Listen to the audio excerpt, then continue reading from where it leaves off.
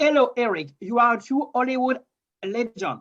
You are Thank you. working with some great, amazing directors as Bob Fosse, Stuart Rosenberg, Andreas Konchalovsky, Larry Cohen, Philip Joannou, John Irving, Luis Loza, Ben Stiller, Michael Lester, Christopher Nolan, Sylvester Stallone, Paul Thomas Anderson. How do you choose the project to work on as this movie?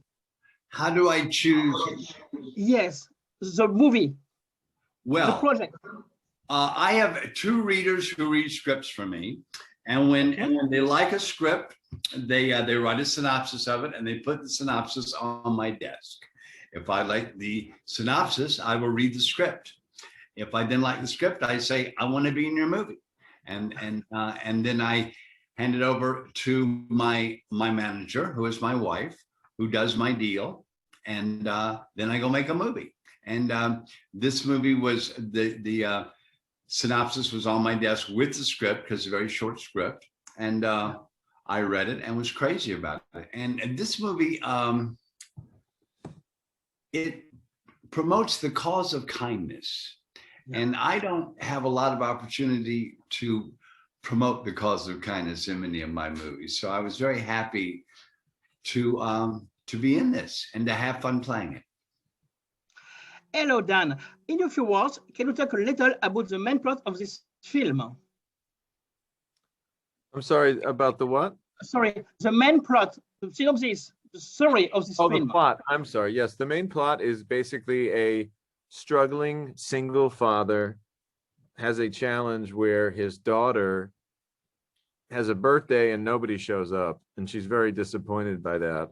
And he realizes that there's a secret organization of people that can enhance a disappointed child's birthday in their time of need, called the International Birthday Network. So at that point, our main character basically becomes a star worker for this secret organization, and along with the help of his daughter, helps fulfill a lot of birthday dreams for other kids in need as the movie progresses. And they all learn a little bit about the importance of being keeping that special day special, for lack of a better word. Eric, how did you create your character Rick on this film? Which one was it? How did you create your character for this film? How did he create the character for the film? Yeah. It was on the page for me. It was on the page, and I said to Dan, my boss, I said, "What do you want to see?" And he gave me a brief description, and I said, "Like this," and he said, "That's good, like that." And that's kind of how we did it. For both, right, Dan? Nice. For both, which are for you the good ingredients to create a good comedy as this one? Well, comedy is very serious stuff. Comedy is not lighthearted. Comedy is as hard as intense drama, and you have to make it look easy, or else it's laborious and not funny. So comedy's tough. I'm not great at comedy. I ask my bosses, like Dan, I ask them a lot of times, show me what you want to see. So even if they do it badly, they will do it so I understand what they're after. Because comedy is not my forte, and it's not my instinct, but I love it, and it's a lot of fun. And this movie is so endearing, and Jason is so funny. And you, Dan? Well, I think that comedy comes from truth, you know. So a lot of the funny things that happen in life, they're funny because they're true. So I think it's all about just kind of finding those moments in life that we can all relate to, that make us chuckle. And fortunately, I had a very smart cast. You know, again, like for everyone from obviously Eric, but Jason London and Charlotte Ciano, who played the little girl, and Fred Sullivan, who played the Mr. J character. Very, very smart, intelligent actors who kind of get it, for lack of a better word. And when everybody's kind of working with those same mental skill, that same mental skill set, the humor is easier to achieve. So, you know, I think there was a lot of smart people, a lot of bright people that came together to make some really funny moments happen. Eric, what can you tell us about your collaboration with Jason London, Anna Marie Dobbins, Fred Sullivan, and Charlotte Siano for this movie? I'm sorry, I didn't understand you. So what can you tell us about your collaboration with the main cast of this movie? The collaboration was moment to moment because we had no rehearsal and we just met on the set. So it was all about being kind and also listening. It was just about that. That was the collaboration. As an actor with such an impressive filmography, do you think you have more freedom to be an artist in an independent movie as this one? It all depends on your boss. And my boss was Dan for this. Dan gives complete freedom to the actor if he's bringing something to the table. He doesn't let you waste his time, but if you're bringing something, he will let you try anything. He let Jason rock and roll, and Jason was fantastic. But he also kept Jason lined up. He would say, let's try this, but drop the part about blah, blah, blah. I mean, you know, they would talk, they would edit as they went. And he is a collaborator, and he's a young guy, but he's very calm, and he's an old soul in his approach, and that he's very low key. He's very calm. And what I like best about Dan is how he was with the kid. He was really cool with the kid, and he always got down on eye level with the kid when he talked to him. And I just really admired him, how he was with the kid. And because, you know, the kid was a kid, and the kid was good in the movie, but the kid was still just a kid. And he made him happy to be there. And one of the most tedious, boring places in the world for any kid is a movie set. So he was really good with the kid. I was impressed with him. And I like the guy. Thank you so much, Eric. I mean, I'll get over it, but I like the guy. Dan, what impact has the current pandemic on your work on this movie, for example? Which impact has the current pandemic on your work as a director? What impact did the pandemic have? Yeah, which impact has yeah.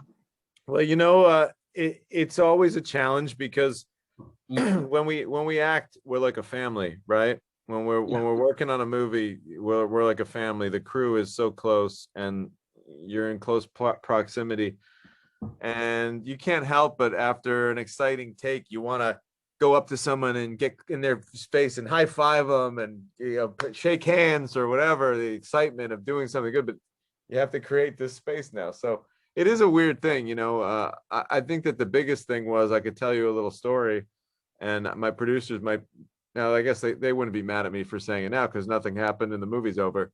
But we did have one day where, you know, we thought that we might have had a COVID test positive, and it was a false alarm. False alarm, nothing happened, but it was a situation for like, there was a 30-minute period where everyone was freaking out, and we were trying to figure out like, oh my God, we're gonna have to shut down for 3 or 4 days.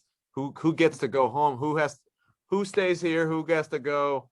And thankfully we tested everybody again, and it turned out that it was a false positive and everything was fine.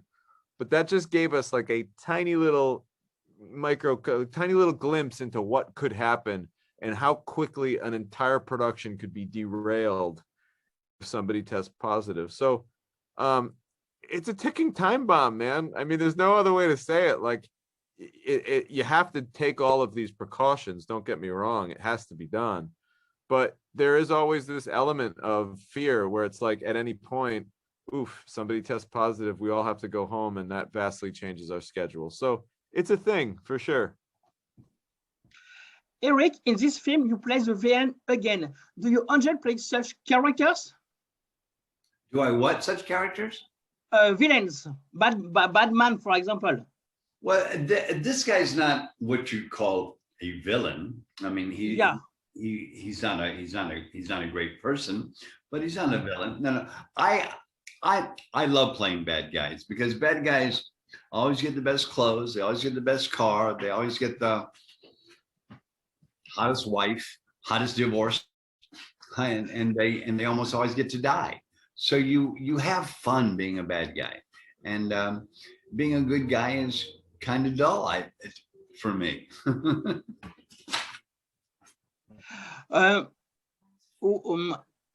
Eric, are there any French directors you would like to work with?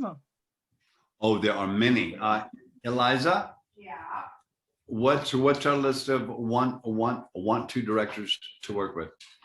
Well, you'd like to work with PTA again. Oh yeah, Paul Thomas Anderson again. That was a great You'd like to work experience. with Damien Giselle again. I just got through working with Damien Giselle. That is the most fun director I've worked with since Dan. He was so much fun to be with. It's for Babylon. And The movie is Babylon. Yeah, Babylon. Yeah. Babylon. Yeah. I play Margot Robbie's daddy. want to keep working with Danny McBride. And the most favorite job I've ever gotten, I have right now, and it's on Righteous Gemstones. Danny McBride, it's an overused and abused word, but he is a genius. And I'm on his show now, and I am so happy to be there. I can't see straight. What advice would you give to someone who would like to be an actor as you? To work a lot, to read a lot, to see most a lot of movies? No, the only advice I would give to a young actor, I said this earlier when Dan and I were talking, is you need to treat everybody you meet like they're going to be your boss next week, because they might be. This industry goes through such changes in status and power and everything that everybody has the opportunity to be a boss. So you have to act like it. And my last questions, which are your current projects, Dan and Eric's? Well, I'm on Righteous Gemstones, and I have Babylon coming out. Yeah. Damien Giselle's new movie. And you, Dan? I have a documentary on Muhammad Ali Jr. Called My Father, Muhammad Ali, and it tells the story of the at times strained relationship between the famous fighter and his son. And to finish,